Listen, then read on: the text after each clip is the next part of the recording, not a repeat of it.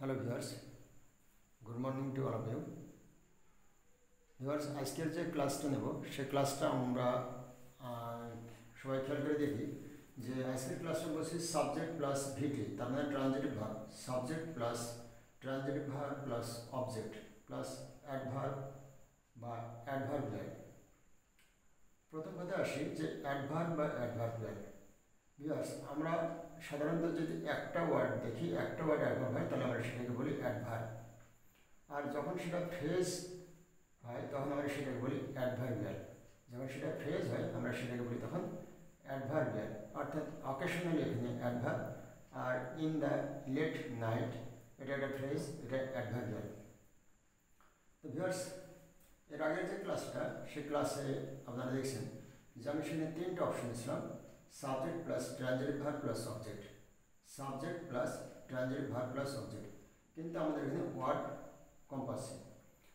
কিন্তু আমাদের পরীক্ষার হলে আমরা সাধারণত দেখতে পাই বা সচরাচর অন্য জায়গায় দেখতে পাই যে আমাদের যদি একটা প্যারাগ্রাফ লিখতে বলে বা একটা কম্পোজিশন লিখতে বলে বা একটা লেটার লিখতে বলে, সেখানে আমাদের ওয়ার্ড উল্লেখ করে দেওয়া থাকে যে 150 ওয়ার্ড বা 200 ওয়ার্ড বা 250 ওয়ার্ড, এরকম ওয়ার্ডের কথা বলা থাকে।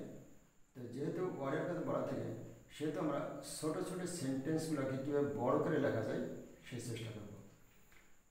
যেহেতু ছোটো সেন্টেন্সকে বড় করে লিখব সেজন্য আমরা আজকে নিচ্ছি চারটে অপশন। প্রথমটা subject plus transitive verb plus object, এরপরে অ্যাডভার্ব বা অ্যাডভার্বিয়াল। আমরা যদি অ্যাডভার্ব নিই তাহলে একটা শব্দ পাবো, আর যদি অ্যাডভার্বিয়াল নিই তাহলে একাধিক শব্দ পাবো। তো আমাদের চেষ্টা করে দেখবো যে অ্যাডভার্ব এবং অ্যাডভার্বিয়াল দুটাই দিয়ে করার জন্য, তাহলে আমাদের এক্সপিরিয়েন্সটা বাড়বে এবং আমরা যে কোনো সেন্টেন্স সহজে লিখতে পারবো। তো ভিউয়ার্স, এখান থেকে যখন আমরা দেখছি যে subject plus transitive verb plus object plus adverb বা অ্যাডভার্বিয়াল, আমরা যদি এক্সাম্পলগুলো খেয়াল করে দেখি তাহলে আমার বিশ্বাস যে এখনই এটা খুব সহজ হয়ে যাবে।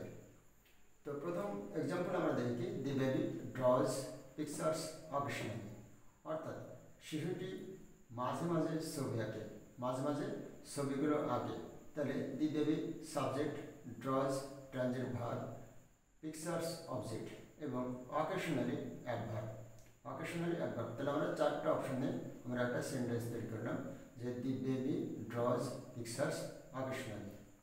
নেক্সট যদি আমরা দেখি যে the student does the math in the late night, অর্থাৎ ছাত্রটি গভীর রাত্রে অঙ্ক করে, ছাত্রটি গভীর রাত্রে অঙ্ক করে। তাহলে আমাদের এখানে দি স্টুডেন্ট সাবজেক্ট পাচ্ছি, দি স্টুডেন্ট সাবজেক্ট পাচ্ছি, ডাজ ট্রানজিটিভ ভার্ব পাচ্ছি, দি ম্যাথ অবজেক্ট পাচ্ছি এবং in the late night, in the late night এটা আমাদের অ্যাডভার্বিয়াল। তাহলে আপনারা খেয়াল করে দেখছেন যে subject plus transitive verb plus object plus adverbial দিয়ে খুব সহজে সেন্টেন্স লেখা যায়। আমরা যদি সেন্টেন্স লেখার সময় পার্টস অফ স্পিচগুলোর সম্বন্ধে পূর্ণাঙ্গ ধারণা পাই তাহলে আমাদের সেন্টেন্স লেখা সহজ হয়। যেমন এটা সাবজেক্ট, এটা ভার্ব ট্রানজিটিভ, এটা দি ম্যাথ অবজেক্ট এবং ইন দ্য লেট নাইট, আমরা এই ওয়ার্ডগুলোর সঙ্গে সম্পূর্ণ অবগত। নেক্সট আমরা যদি 3 নম্বরে দেখি যে they they play football in the afternoon, they play football in the afternoon. আমরা এর আগের সেন্টেন্সে নিয়েছিলাম যে দি স্টুডেন্ট, এখানে দেখেন দুইটা শব্দ, দি একটা শব্দ, স্টুডেন্ট একটা শব্দ। তার আগের সেন্টেন্সেও দি একটা শব্দ, দি বেবি একটা শব্দ, দুটাকে শব্দ নিয়ে আমরা সেন্টেন্সের সাবজেক্ট নিয়েছি। এখানে আমরা একটা শব্দ নিয়ে সাবজেক্ট করলাম, they play football in the afternoon.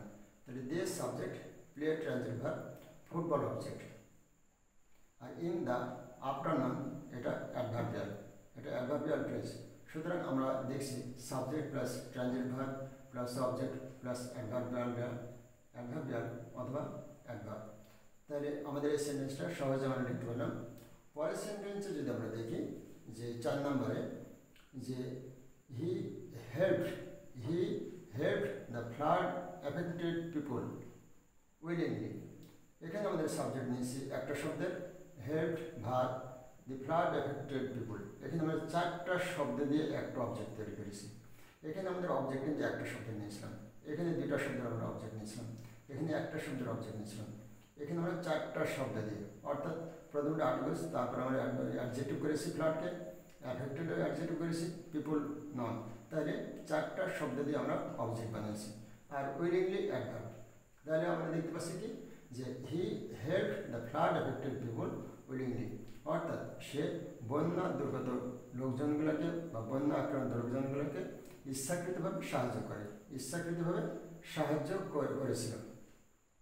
Number 5-এ যদি আমরা দেখি যে they will dig the canal tomorrow, they will dig the canal tomorrow, এখানে আমাদের একটা শব্দের সাবজেক্ট নিয়েছি, will dig verb, the canal object, আর টুমরো হচ্ছে আমাদের এখানকার অ্যাডভার্ব।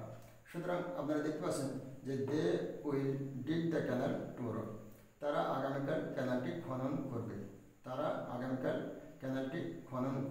তাহলে আমাদের অ্যাডভার্ব সম্বন্ধে যদি পূর্ণাঙ্গ ধারণা থাকে, তাহলে আমাদের যে কোনো সেন্টেন্সে subject plus transit verb plus subject, এবং আমরা আমাদের ইচ্ছা মতো যে কোনো একটা অ্যাডভার্ব বা অ্যাডভার্বিয়াল নিতে পারি।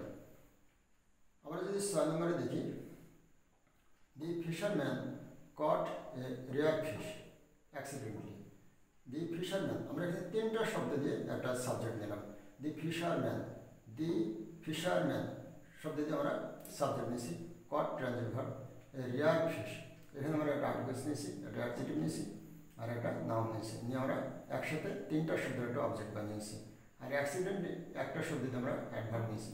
সুতরাং আমরা দেখতে পাচ্ছি যে দি ফিশারম্যান জেলে একটা দুর্লভ আকৃতির মাছ হঠাৎ করে ধরেছিল, অর্থাৎ দুর্লভ বলতে আপনার হচ্ছে রেয়ার বলতে দুর্লভ, অর্থাৎ যেটা খুব সহজে পাওয়া যায় না, rare. The fisherman caught a rare fish accidentally, জেলে একটা দুর্লভ প্রকৃতির মাছ হঠাৎ করে ধরেছিল, তাহলে আমরা এখানে দেখতে পেলাম the fisherman subject, caught transit verb, a rare fish object, accidentally adverb, তাহলে আমাদের অ্যাডভার্বের চ্যাপ্টারটা যদি আমরা সবাই মিলে একটু দেখি, তাহলে আমাদের মধ্যে অ্যাডভার্বটা আরও সুন্দরভাবে পরিষ্কার হয়ে যাবে। এটা অ্যাডভার্ব, এটা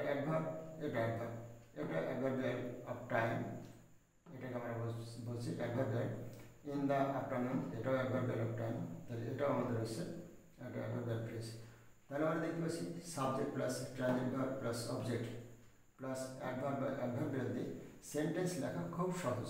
আমরা যদি একটু প্র্যাকটিস করি এবং নিয়মিত সেন্টেন্সগুলো দেখি, তাহলে আমাদের মনে হয় আমাদের এই স্ট্রাকচারটা সহজ হয়ে যাবে।